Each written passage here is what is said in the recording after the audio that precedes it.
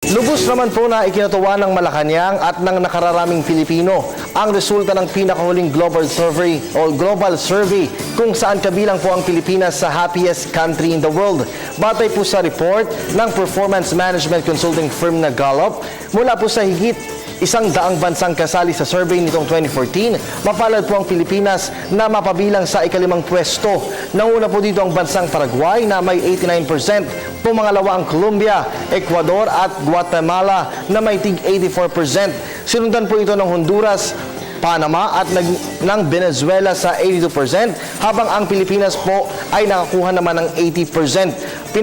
Pinapatotoo lamang po nito na hindi mabibili ng salapi ang kasiyahan ng isang individual.